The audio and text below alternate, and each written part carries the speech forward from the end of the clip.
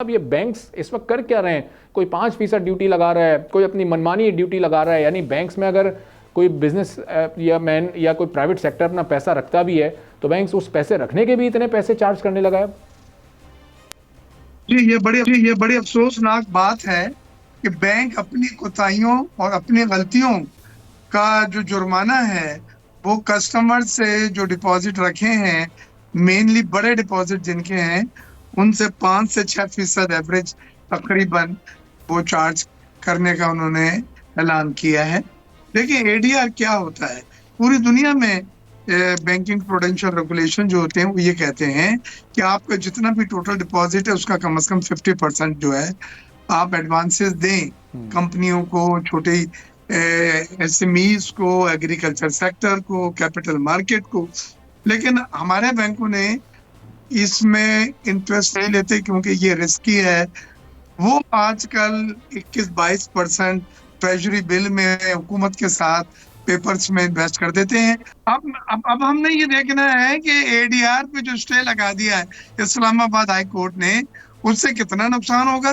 तो तकरीबन 197 अरब रुपए हमें कम मिलेंगे अगर हम 15% एडीआर के ऊपर टैक्स नहीं वसूल कर पाए उन बैंकों से, जिसमें 2 बैंकों के अलावा तकरीबन सब बैंक हैं, और 40% तक उन्होंने दिया है, जबकि टारगेट जो था 50% था।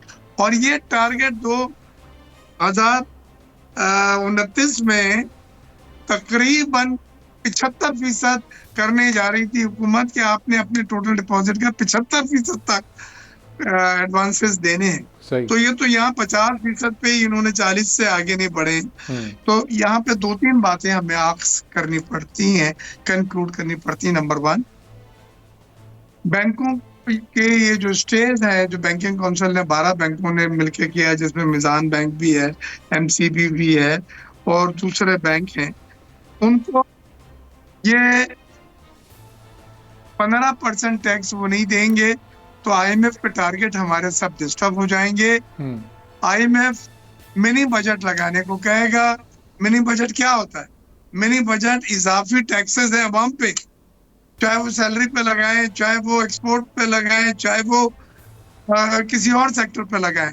तो मैं ये समझता हूँ कि अदालतों को भी देखना चाहिए कि रेवेन्यू मैटर्स में वो इस तरह के स्टे ना दें जो फाइनेंस बिल से अप्रूव हुआ है। फाइनेंस बिल क्या होता है?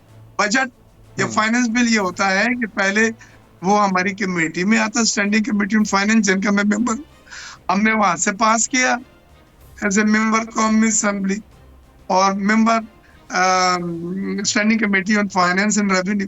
फिर ये पार्लियामेंट से पास हुआ, कौमी असेंबली से पास हुआ, फिर ये सेनेट से पास हुआ और सेनेट से पास होके फिर सदर पाकिस्तान के पास ये जाता है, वो साइन करते हैं।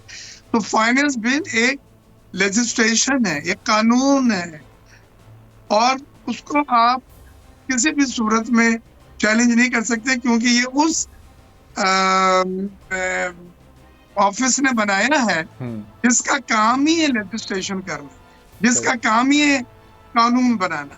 तो पहले तो ये क्लियर हो जाए कि बजट में जो चीज अनाउंस हुई थी और फाइनेंस बिल की शक्ल में उसको अप्रूव किया था, उसको अदालतें चैलेंज कर सकती हैं, लेकिन हमारी अपील पे ये उड़ जाएगा क्योंकि तमाम कानूनी तकाजे पूरा करके फाइनेंस बिल को पास किया। दूसरा, ना करने की सूरत में अगर टैक्स नहीं दिया गया 15% तो 197 अरब रुपए का नुकसान है। ऑलरेडी हमें 200 अरब का नुकसान एफबीआर को 2 तिमाही में हो चुका है। आईएमएफ जो है वो आपको मिनी बजट लगाने को कहेगी और मिनी बजट आप नहीं लगाएंगे तो आप पब्लिक सेक्टर डेवलपमेंट प्रोजेक्ट जो आपके तरक्याती मंसूबों की कटौती करेंगे इतने अरब रुपए, और वो भी नहीं करेंगे तो खर्चात आपको कम करने होंगे जो आप कर नहीं सकते। लिहाजा आपका पूरा एक निजाम जो है वो डिस्टर्ब होगा। और आईएमएफ के साथ जो हमारा प्रोग्राम है उसका जायजा में, उसके जायजे की टीम आई थी, अभी हम पास नहीं हो सकेंगे। सही। सब्सक्राइब करें और बेल दबाएं ताकि कोई खबर रह न जाए।